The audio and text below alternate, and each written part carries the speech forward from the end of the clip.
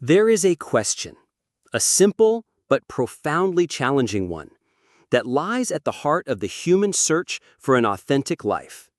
The question is this: who are you when no one is watching? When the audience is gone? When there is no one to impress, no one to appease, no one to gain approval from, what self remains? For many of us, this question is terrifying because we have spent our entire lives becoming exquisitely skilled performers, mastering the art of being who we think others want us to be. This is the exhausting, soul-draining existence of the people pleaser. Welcome to Existential Psychology Insights. I know, from personal experience, that this is a deeply ingrained and painful pattern. If you feel seen by this topic and you are ready to explore the path to a more authentic way of being, I want to personally invite you to subscribe. This is a journey we can take together. Today, we are going to go far beyond the typical advice of just learn to say no. We're going to conduct a deep philosophical and psychological autopsy of people-pleasing. We will treat it not as a simple behavioral quirk, but as a profound existential strategy. A strategy we adopted to survive, but one that is now preventing us from truly living.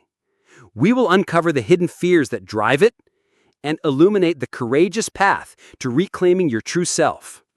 To understand the people pleaser, we must first understand the wound from which this behavior grows.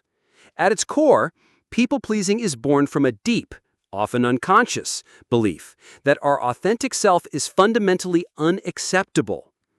Somewhere in our past, we received the message, either explicitly or implicitly, that our true feelings, needs, and opinions were wrong, too much, or would lead to rejection and abandonment. As a child, the threat of abandonment is tantamount to the threat of death. And so the intelligent, adaptive child learns to survive. They become a chameleon.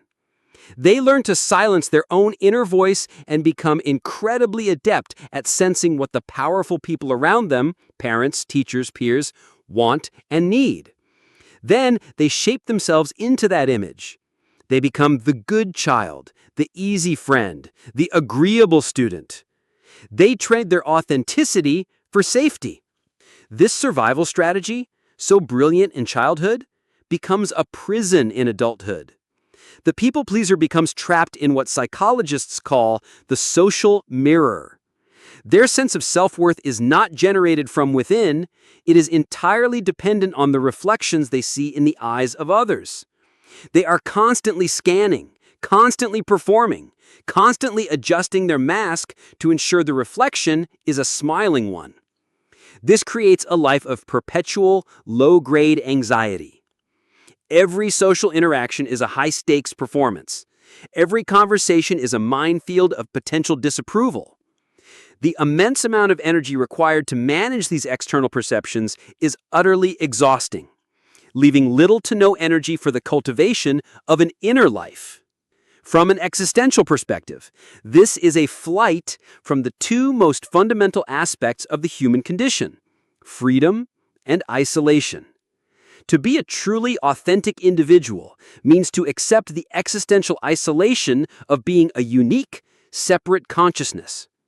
It means having your own thoughts, your own values, your own feelings, which will inevitably, at times, put you at odds with the group. This carries the risk of disapproval, of criticism, of rejection. The people pleaser is terrified of this. The existential fear of being cast out from the tribe is so overwhelming that they make a subconscious bargain. They will sacrifice their individual freedom to maintain the illusion of connection and safety. They become, in the words of Dostoevsky's Underground Man, a creature who lives in reaction, defined not by their own will, but by the will of others. This creates a profound and painful split in the psyche, a chasm between the persona, the collection of pleasing masks we wear for the world, and the true self, which is locked away, unheard, and unexpressed. Over time, we can become so identified with our masks that we forget the true face beneath them. This is the ultimate tragedy of the people pleaser. Not just that they're unauthentic to others, but that they become unauthentic to themselves. The question, what do I want? What do I believe? What do I feel?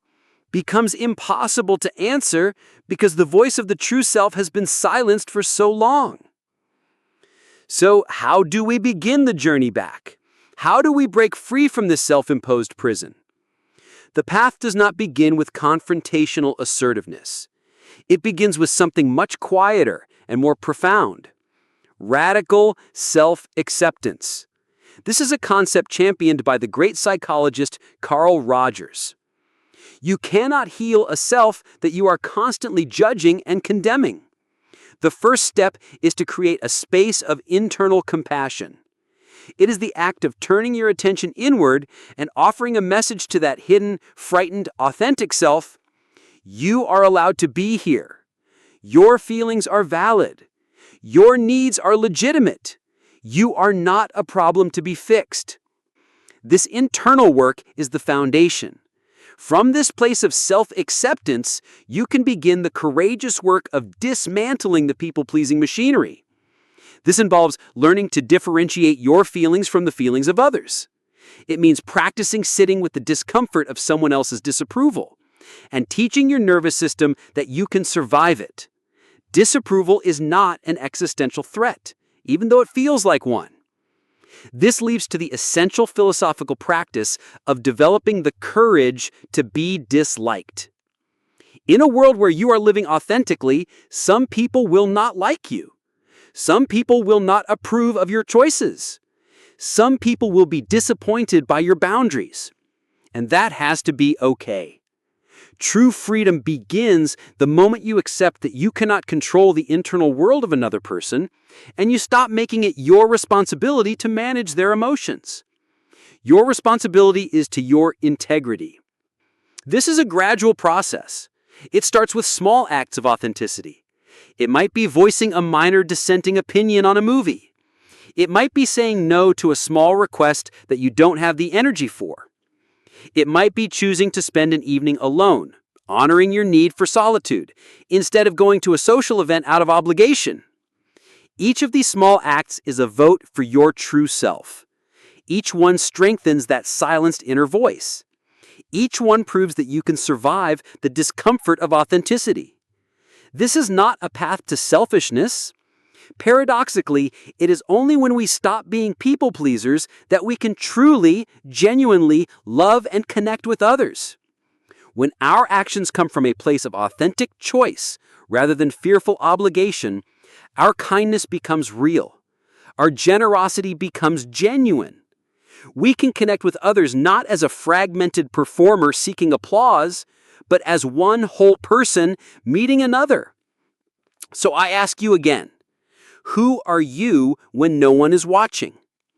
The journey to answering that question is the most important one you will ever take. It is the path away from the exhausting performance of people-pleasing and toward the quiet, solid, and deeply peaceful strength of being unapologetically, authentically, and freely yourself.